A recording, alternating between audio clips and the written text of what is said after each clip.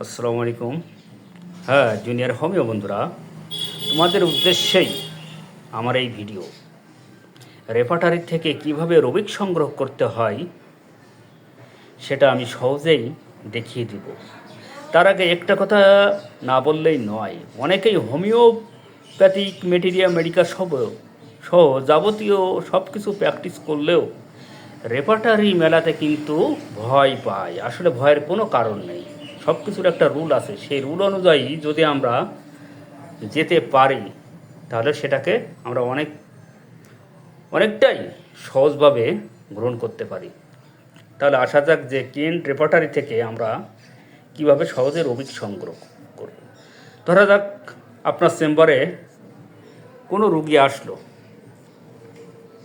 তার মাইন্ড, তার যে মনের যে লক্ষণগুলো আপনি সংগ্রহ করলেন, ধরা যাক তার মনে অ্যাংজাইটি চলছে, অ্যাংজাইটি, উদ্বেগ, উৎকণ্ঠা।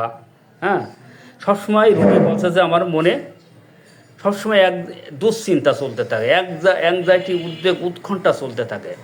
তাহলে এই ধরনের দুশ্চিন্তা, উদ্বেগ, উৎকণ্ঠা আমরা কোথায় দেখবো? এই যে প্রথমে আমরা চলে যাব মাইন্ড অধ্যায়। চলে যে কী করব? এই যে অ্যাংজাইটি, এই যে অ্যাংজাইটি, সাধারণ কিছু ওষুধ আছে।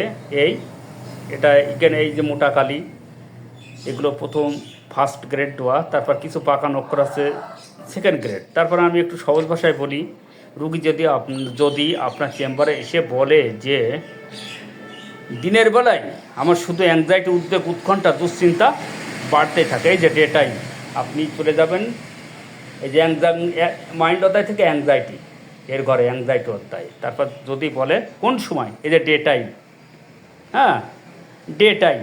আর যদি বলতো মর্নিং, তাহলে মর্নিং চলে যে ডে টাইম, এই দেখেন ডে টাইম। কিছু ওষুধ আছে তারপর 5টা থেকে 5টা PM, এই যে সরিনাম। রুগী যদি আপনার চেম্বারে এসে বলে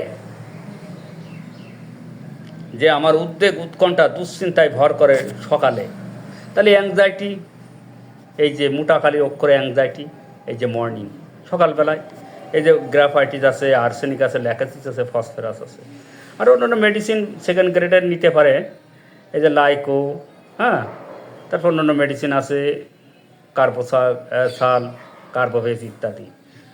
রুগী যদি বলে হাঁটার সময় অ্যাংজাইটি, উৎকণ্ঠা বাড়ে, গ্রাফাইটিস, ল্যাকাসিস ইত্যাদি। এই যে রুগী যদি বলে আফটারনুন, দুপুরবেলায়, এই এত থেকে এত সময় পর্যন্ত এই যে মেডিসিন আছে, হ্যাঁ। রুগী যদি বলে ইভিনিং, সন্ধ্যার সময় আমার খুব খারাপ থাকে, অ্যাংজাইটি, উদ্বেগ, দুশ্চিন্তা বাড়ে, তাহলে আমি আবারও বলি এই যে অ্যাংজাইটি অধ্যায় থেকে এই যে ইভিনিং চলে যাবেন সন্ধ্যার সময়। Calcarea salt, digitalis, calcarea carb, arsenic, Carbo veg ইত্যাদি, সিপিয়া, সালফার।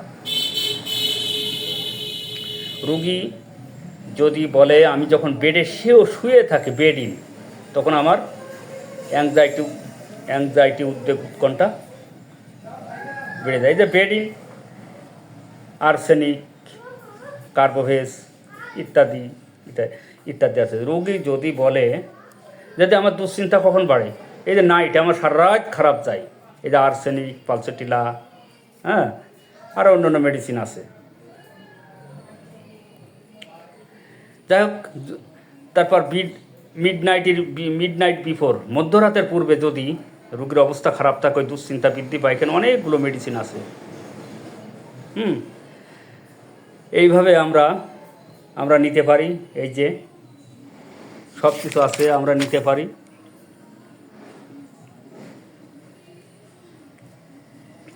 রুগী যদি কোনো মহিলা রুগী এসে বলে যে আমার খুব খারাপ লাগে, সহবাস করার পূর্বে খুব খারাপ লাগে, সহবাসের পরে, এই যে কোয়েশন মানে কি, সঙ্গমের পরে, কোয়েশন আফটার সিপিয়া, দেখুন কত সুন্দরভাবে আমরা ওষুধ পেয়ে যাচ্ছি। অন্ধকারে খারাপ লাগে, এই বিভিন্ন মেডিসিন আছে। তারপর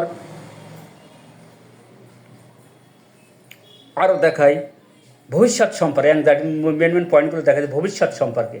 এই যে ফিউচার অ্যাবাউট, ব্রায়োরা, ক্যালকেরিয়া, হ্যাঁ, সিরিনাম, সাল, তার স্বাস্থ্য সম্পর্কে, অ্যাংজাইটি, উদ্বেগ, উৎকণ্ঠা, এই যে পালসেটিলা, নাইট্রিক অ্যাসিড, ক্যালিয়ার্স ইত্যাদি ইত্যাদি মেডিসিন। অনেক মহিলা রোগী এসে আপনার চেম্বারে এসে বলবে যে মিনসির পূর্বে আমার উদ্বেগ উৎকণ্ঠা ভর করে। এই যে অ্যাংজাইটি টু মেন্স বিফোর, মানে মাসিকের পূর্বে, হ্যাঁ, মেন্স বিফোর।